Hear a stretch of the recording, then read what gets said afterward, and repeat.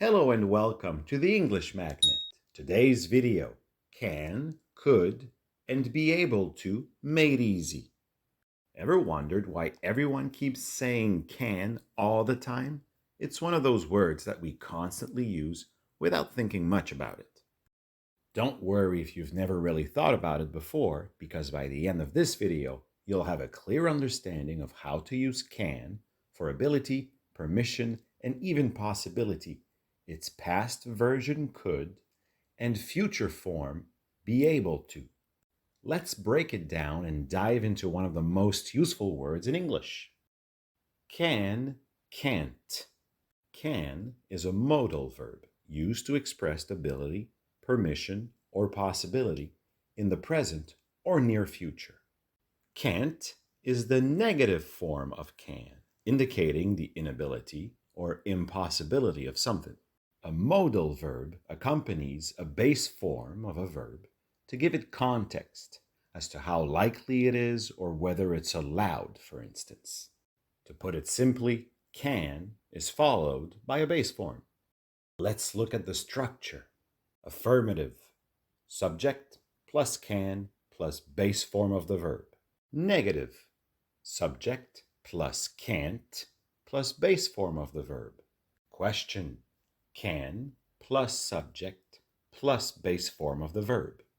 Or can't plus subject plus base form of the verb. As you can see, can, can't is followed by a base form. That's always the case. Obviously, due to the inversion in a question, the subject nudges itself between the modal verb and the base form of the verb. Now let's cover the different meanings of can. Ability. Example, I can swim. I have the ability to swim. She can't drive a car. She does not have the ability to drive. By now you know that can or can't never takes an S with he, she, or it. Moreover, the base form also remains unchanged. Permission. Example, you can borrow my bike. Permission is given.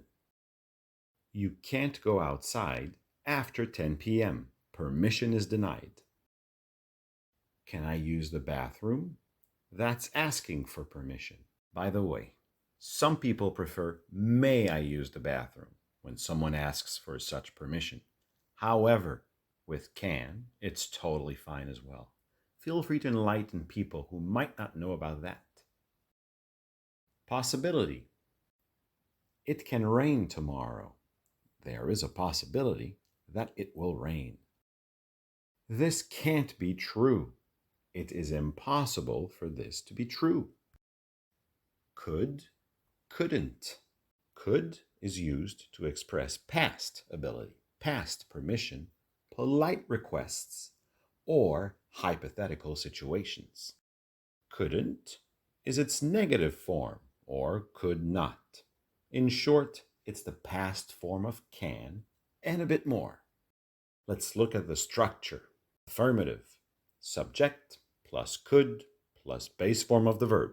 Negative, subject plus couldn't plus base form of the verb. Question, could plus subject plus base form of the verb. Or couldn't plus subject plus base form of the verb. The structure is basically a copy-paste of the sentence structure with can, but plugging could instead.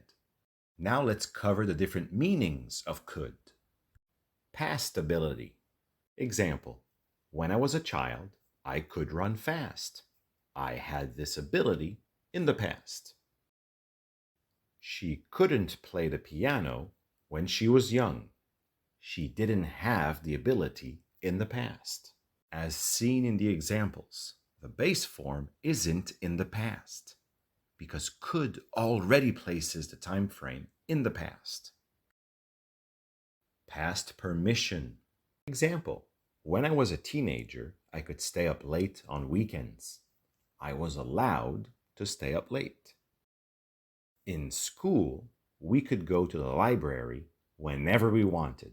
Again, going to the library was allowed when the group was in school. Here, could works fine for past permission, but it is less commonly used. It's more precise to use was or were allowed to. Example, when I was a teenager, I was allowed to stay up late on weekends. In school, we were allowed to go to the library whenever we wanted. By using was were allowed to, it clearly speaks of past permission, while the could form might not convey past permission, but rather past ability, although it's still correct. Polite request or possibility. Example, could you help me with this task? Polite present request, more formal than can. Couldn't you stay a little longer? Polite present suggestion. Mike could be in a class at the moment. Present possibility. It could rain in the evening. Future possibility. In the first two examples, could, couldn't aren't linked to the past. It's a more polite form than can when expressing a request or suggestion, while in the last two examples, it hints at a present or future possibility.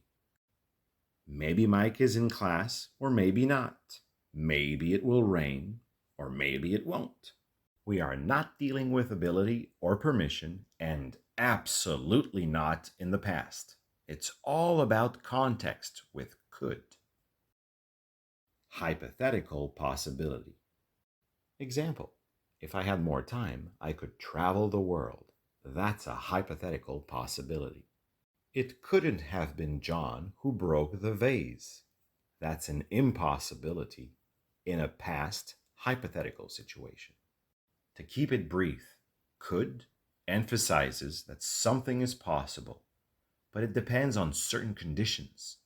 If it's followed by a base form, you're dealing with a present or future possibility. While, when followed by have plus past participle, you're dealing with a past possibility. Be able to. Right off the bat, be able to is not a modal verb. It's included here for consistency. It represents the future form of can. There is no such thing as will can. So it's a versatile phrase used to express ability, and it often works in situations where can cannot be used because of tense restrictions, especially in the future. And in certain cases, it can even be used in the past and present. Anyhow, first, the structure. Affirmative, subject plus be able to plus base form of the verb.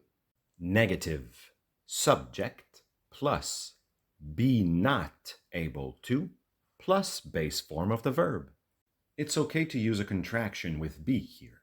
Wasn't, weren't, aren't, isn't, or won't be. Question. Be plus subject plus able to plus base form of the verb. Or be not plus subject plus able to plus base form of the verb. Just note that be needs to be conjugated in the correct tense. Was, were, am, are, is, or will be. With that being clear, let's now cover the different meanings of be able to.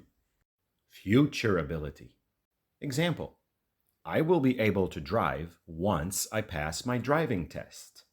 In the future, I'll have the ability to drive. After the repairs are done, we will be able to use the washing machine again. In the future, the washing machine will be functional. When used in the future tense, will be able to, you are simply expressing a future ability. It's can in the future. Pretty straightforward so far. Present ability. Example, she is able to speak 3 languages fluently. That's a formal way to express a present ability. They are able to complete the task in record time. This sentence focuses on the ability of they to do a task very well.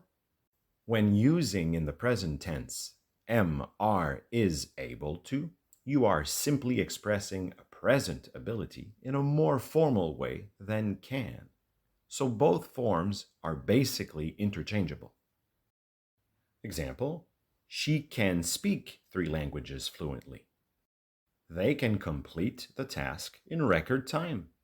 Be able to in the present is pretty clear, right? Past ability. You already know that could is used to express a past ability. So perhaps was, were, able to is interchangeable with could. Unfortunately, here there's a twist. Here's the key nuance. Could talks about general ability in the past, but was, were, able to is used to emphasize someone's success or ability to do something in a specific situation. Example, she was able to solve the puzzle in record time. Here we emphasize the success of solving the puzzle.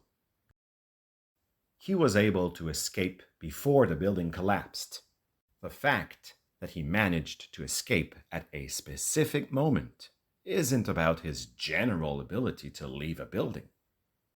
Even though be able to is the only way to express a future ability, don't dismiss it in the present when you want to be more formal, or in the past when focusing on achievement or a single instance. There you go. Can, could, and be able to cover abilities across tenses and even more. Were you able to form sentences about abilities prior to this video? If not, surely by now you can. Hopefully, this has been helpful. A link to some free material to practice by yourselves can be found in the description below. Keep practicing, and you'll get the hang of it. Thank you for watching.